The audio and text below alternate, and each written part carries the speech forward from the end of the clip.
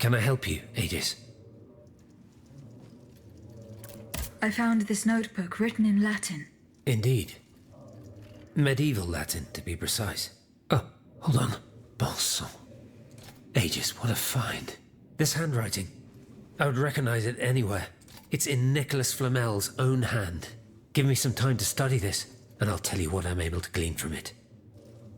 Have you finished reading the notebook, mon père? Yes, Aegis, and what I learned from it puzzles me. In this diary, Flamel tells of 3 journeys. 3 journeys into what he calls the in-between. A strange world filled with wandering souls. Tormented spirits that are unable to ascend to heaven. This world... it's where Cagliostro's victims were trapped until I freed them. En effet, I believe you're right. But that's not all. Flamel planned to return there a 4th time. He wrote this in the final paragraph, in his handwriting, dated 21st of March 1418. That was the day before he died, Aegis. What if his body died while his soul was traveling through limbo? What if he were trapped, a prisoner in this purgatory? Aegis, because of your unique nature, we have an incredible opportunity. What do you mean, mon père?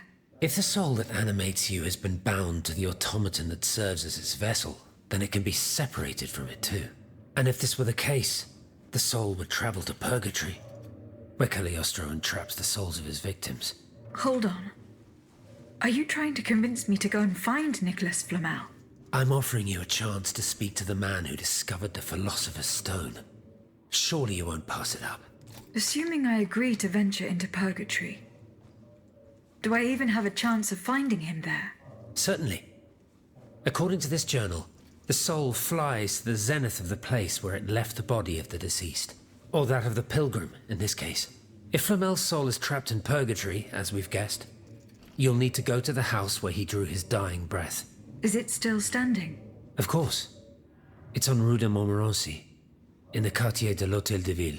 You can get there via the cemetery of the Église Saint-Jacques. And how do you plan to free my spirit from this automat? We would simply need to break the bond between them. To do this, we would need to stop your machinery. For a short time, of course. We don't want to lose you, ma chère. As for the rest, it will be a question of mechanics, chemistry, or electric currents, or something or other. Therein lies the problem. This is far beyond my comprehension. But it is fascinating, isn't it? Perhaps Monsieur Bailly and Monsieur Lavoisier could shed some light on the matter. Goodbye, mon père.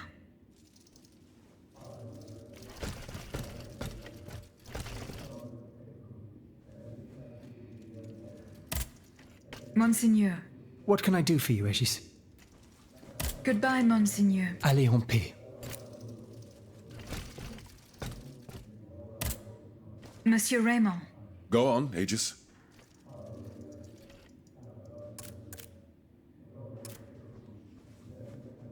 I went to the Hotel de Massiac as agreed. What I discovered goes beyond your darkest conjectures. The club's members have no intention of merely depriving their slaves of rest. Rather, with the king's support, they plan to replace them with automat harvesters. The Count of Cagliostro is behind the plan. Ma foi. But such a plan would certainly only improve the lot of these unfortunate people. You are mistaken, mon père. If the planters get their way, they will have a greater need of slaves than ever. Only this time, they intend to slaughter them to power their machines. Quelle abomination! Par tous les saints. 4 days ago, the Paris Guard captured 100 black people. They were to be sacrificed as part of an experiment to test the effectiveness of the automat harvesters. Luckily, I was able to prevent the massacre. Where are they now? In a place they call the Dépôt des Noirs. I don't know where it is, but I managed to get the key. It bears the inscription, Tour du Diable. The Devil's Tower is a prison in Vincennes, within the chateau walls. That's 3 leagues from here. We'll only be able to free the prisoners once we're able to move freely ourselves. At least they were spared the fate that the king and his accomplices had planned for them. And what will you do with the 2 servants you employ, Monsieur Raymond? I will continue to treat them well, as I always have. However, under the laws you insist on following. They will become slaves again the moment they leave the kingdom for Saint-Domingue. Certainly not, Monsieur de Robespierre. What kind of a man would I be if what I have heard had not opened my eyes? The planters of Massiac have been proven to be nothing but avaricious murderers. I thought I was dealing with opposition, but now I discover them to be vile enemies, from whom it would be vain to expect any compromise. From this day on, I will fight against their interests with all my strength, and will not lay down my arms until the last slave in the Empire has been freed. Rest assured, then, that the people will fight by your side, Monsieur Raymond. That's the spirit, my friends. Vive l'égalité.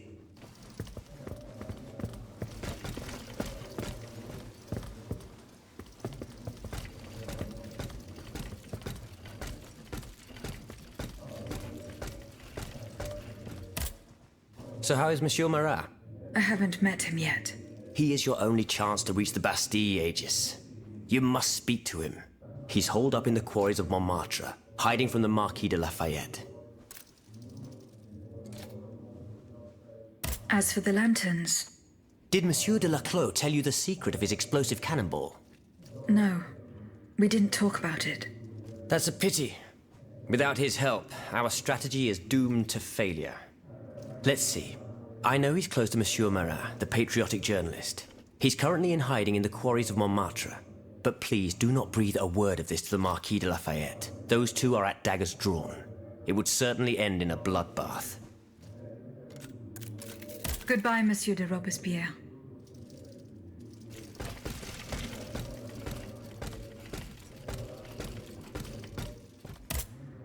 Monsieur de Mirabeau. I found a broken cane. It says Franciscus Antonius on it. Do you know who it belongs to? Well, I never. Yes, I know the owner. And I'm willing to bet you're looking for a certain François Antoine. That's right. Well, you'd need to look a little further east, mademoiselle. Across the Rhine for a start. Because this cane belongs, or belonged, to a certain Franz Anton Mesmer. Mesmer, the prince of charlatans. Good heavens, it's been a long time since I've heard his name. 5 years to be exact since your learned commission denounced his theories. It wasn't long after that when he disappeared. Can you tell me more about Mesmer? He was a mystical healer who was once popular with the upper class. I myself attended several of his sessions. You mentioned a commission. The king did not look kindly on the healer's popularity within the court. This led him to appoint a commission from the Royal Academy of Sciences. An institution to which Monsieur Bailly and I have the honor to belong. We were asked to investigate his alleged powers. The experiments that we performed allowed us to determine that Monsieur Mesmer's activities were pure charlatanism, a conclusion that destroyed his successful career the moment it was published. But there was something, Sylvain. A tiny flow of energy that my devices were able to measure. My dear colleague, must I remind you again that we were never able to reproduce your observations? It was obviously a momentary failure of your equipment. Perhaps. I'd like to be sure of it. When and how did Monsieur Mesmer disappear? The denunciation of his techniques was the start of a long descent into hell for Monsieur Mesmer. He was abandoned by his clients and resumed his research in virtual secrecy. I think he was hoping to perfect his so-called science and restore his reputation with the Academy. A hope that led him to associate himself with that dastardly Cagliostro. God only knows what experiments they may have carried out. In any case, their collaboration did not last long. Monsieur Mesmer left the kingdom overnight to return to his mother country. Why did he leave so quickly? That is a mystery. But those who saw him that morning say it was as if he had the devil at his heels. This is true. He left in such a hurry that he abandoned everything he owned. Furniture, belongings, and scientific equipment. And it seems that Cagliostro has inherited this treasure. Is that so? Well, if what you say is true, that broken cane must have passed into the Count's hands. Yes, it's likely. This adventurer from who knows where is quite the mysterious character. And he has been very busy recently. I've been able to observe him from my apartments, making frequent visits to Rue Saint-Honoré, on the Tuileries side. I wonder what he was doing there. What were Monsieur Mesmer's theories? He is a proponent of a theory called animal magnetism. He claimed to be able to channel a purported universal healing fluid by passing his hands over patients and using magnets. He also cobbled together a whole array of mad devices, each stranger than the last. Unfortunately, despite all his attempts, I don't know that he ever cured anyone. What happened during Monsieur Mesmer's treatment sessions? Oh, they were quite a spectacle to behold. Imagine well-born ladies afflicted with perfectly imaginary illnesses. A dimly lit room where incense has been burned to intoxicate the soul and cloud your vision. Amiable servants, half-dressed, gliding from countess to duchess to the sound of a sensual melody. And the great Mesmer, a doctor with wandering hands, presiding over the wonderful scene. Oh, you should have seen them. Those grand ladies moaning, crying, and falling into a swoon, clinging to that strange tub. Du théâtre, ma chère. Pure theatre.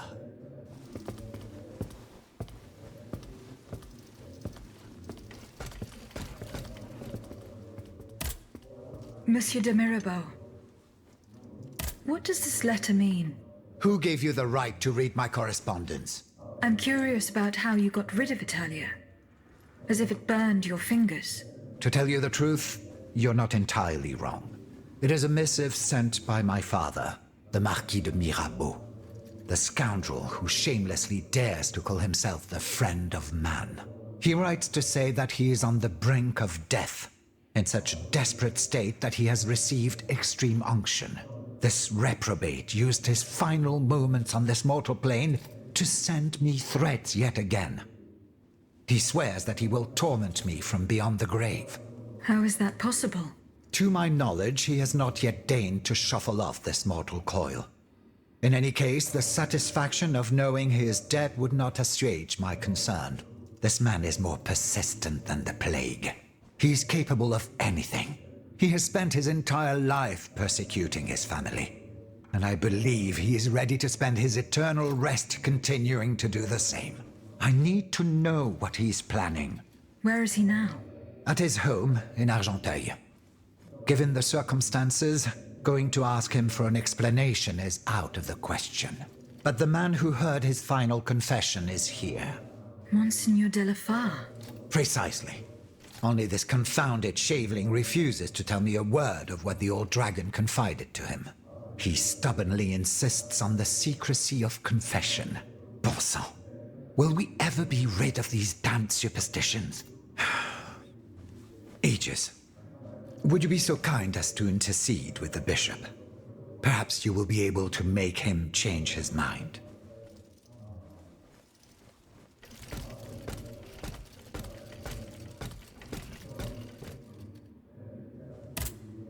So how is Monsieur Marat? I haven't met him yet. He's holed up. Goodbye, Monsieur de...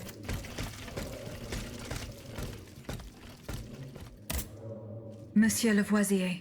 What can I do for you, Aegis?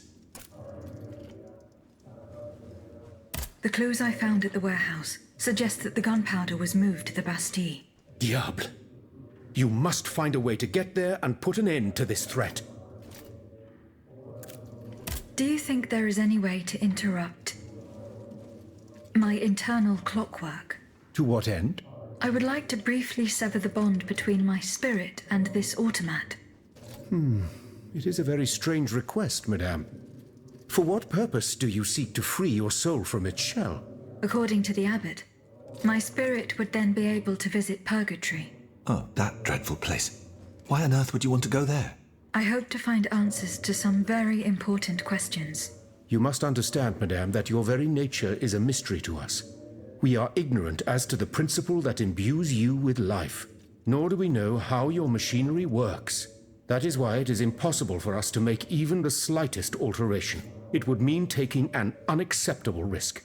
Of course, if we had documents that could shed light on the matter. Antoine, the blueprints. What blueprints, mon ami?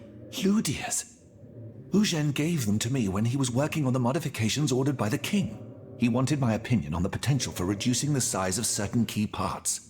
The documents are obsolete now, but they could tell us quite a bit about the mechanical principles that are shared by Ludia and Aegis. Bon sang, you're right. Where are the blueprints now?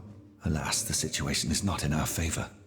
I kept them in the safe at the observatory, but earlier, when I went there to collect my most important documents, before setting off for the convent, I found looters making off with its contents. Blasted scavengers.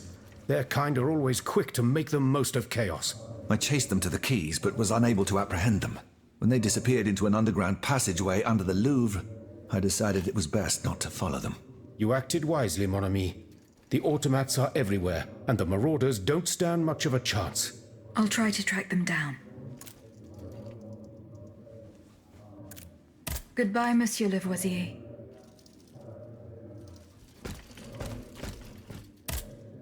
Did you find the blueprints that were stolen from me? No, Monsieur. Don't forget that those documents are our only chance to discover what was used to craft you. The looters disappeared into the tunnels under the Louvre and the Tuileries. I find it hard to believe that they were able to escape from that maze safely. I found this box with astronomical symbols on it. I believe it belongs to Vaucanson's daughter. Athénaïs' secret box. I built it with my own hands. It was my gift to her on her 15th birthday. I wasn't able to open it. Naturellement. Athénaïs and I are the only ones who know how. Allow me. You must arrange the planets the way they were aligned on the day of Athénaïs' birth. Voila, like this. What's this locket? Athénaïs is always wearing this. It contains a portrait of her late mother. She said it was her most cherished possession in all the world. To think, the poor child never knew her own mother.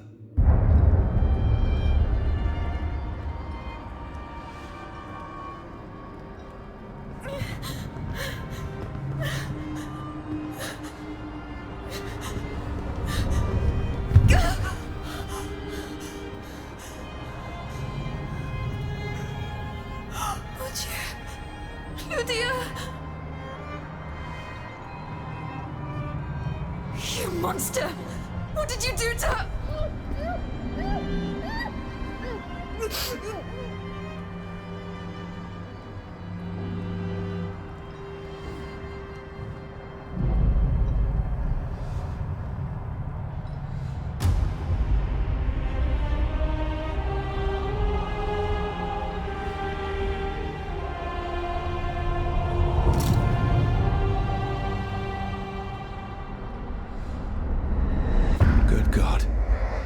Ludia, what happened? You froze the moment you touched the locket. I thought I'd lost you. I saw her. Athénaïs de Vaucanson. The Comte de Cagliostro has her. Mon Dieu. It is just as I feared. He bound her spirit to an automat. Please, say no more. Athénaïs. It is her spirit that animates you, is it not? Yes. I believe so. Seigneur, quelle abomination. It is vital that you go and find Athénaïs as soon as possible. She is right in front of you. I am Athénaïs.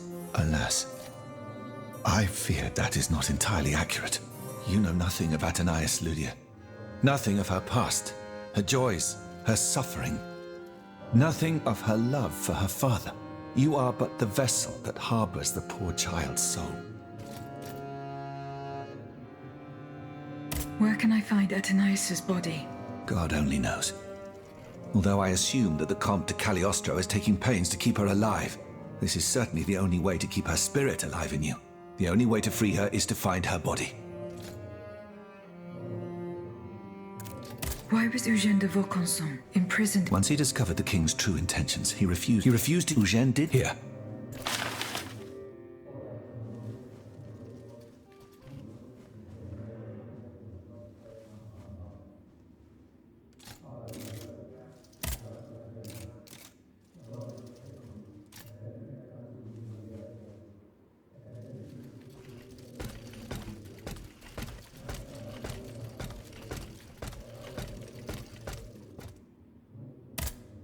Monseigneur. What can I do for you, Aegis? Monseigneur, I would like to talk to you about your recent meeting with the Marquis de Mirabeau. What has gotten into all of you? This has gone on long enough.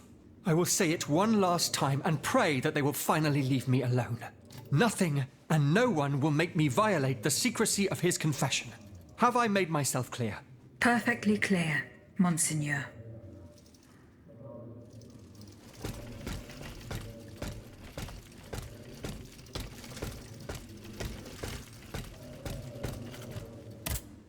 Monsieur de Mirabeau. Alas, the bishop stubbornly refused to reveal anything. Damn it. I need to know what my rogue of a father is up to. Let me think. In light of the cartload of threats he sent me, it's safe to wager that my sister and mother received similar letters. They may even have already suffered his revenge. However, my sister lives in Grasse in the south of France. Unless a messenger rode 100 horses to death, she could not have received this letter. Then there is my poor mother. If you ask me, I will go to find her. Yes, it's very kind of you to offer.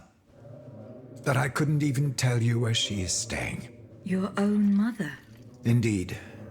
It's a very embarrassing matter. A secret, which I beg you not to divulge. I can be discreet. Rest assured. Very well. You should know that my mother, the Countess of Covey, has lost everything. Truly. First her fortune, then her faculties. No matter what I tried, nothing could prevent her decline. It is said that she is now living on charity, in the most abject poverty in the slums of the Marais. If perchance your past takes you to this dreadful place, and if she still remembers who she is, perhaps you may meet her.